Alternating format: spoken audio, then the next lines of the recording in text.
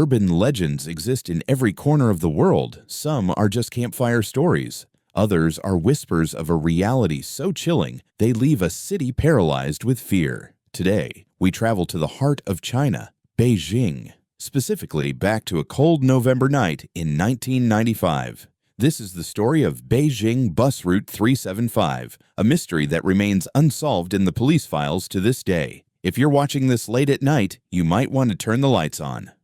It was midnight on November 14th, 1995. A thick, bone-chilling fog had swallowed the streets of Beijing. The last bus of the night, Route 375, pulled out of the Yuanminghuan terminal, headed toward the fragrant hills. Inside, the bus was nearly empty. There was only the elderly driver and a young female conductor. At the first stop, a few passengers boarded, an old woman and a young man. The atmosphere was quiet, save for the low hum of the engine and the rattling of the windows. As the bus moved further into the desolate outskirts, the driver spotted two figures waving from the side of the road. Even though it wasn't an official stop, the driver, seeing how cold it was, decided to let them in. But it wasn't two people who stepped on. It was three. Two men were supporting a third man between them, holding him up by his shoulders as if he were unconscious. But what caught everyone's eye was their clothing. They were dressed in long, traditional robes from the Qing Dynasty, outfits from a century ago. Their faces were deathly pale,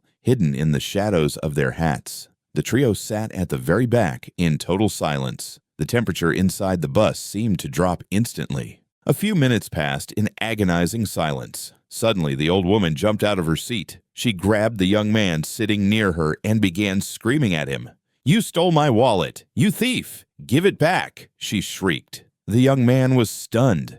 "I didn't touch your wallet. What are you talking about?" The argument escalated until the old woman forced the driver to stop the bus so they could go to a nearby police station. Reluctantly, the driver opened the doors, and the old woman dragged the confused young man out into the cold night. As the bus taillights disappeared into the fog, the young man turned to her, furious. "Why did you do that? We're stranded in the middle of nowhere." The old woman's voice was now trembling, her face white with fear. She whispered, "Son, I just saved your life. Didn't you see?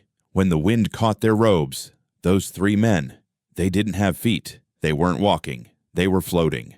The next morning, Bus 375 was reported missing. It never reached its final destination. 2 days later, the bus was recovered from a reservoir miles away from its actual route. When the police opened the doors, they found three decomposing bodies: the driver, the conductor, and one unidentified man. But the details in the police report are what truly haunt China to this day. The bus was found over 100 kilometers away. It didn't have enough fuel to travel that far. When they checked the fuel tank, it wasn't filled with gasoline. It was filled with fresh blood. The bodies were so badly decomposed, they looked like they had been dead for weeks, even though they had only been missing for 48 hours. To this day, the Beijing police have no explanation for what happened to Route 375. Was it a mass hallucination? Or did that bus drive straight into the spirit world? Next time you're in Beijing and the fog starts to roll in, maybe don't wait for the last bus.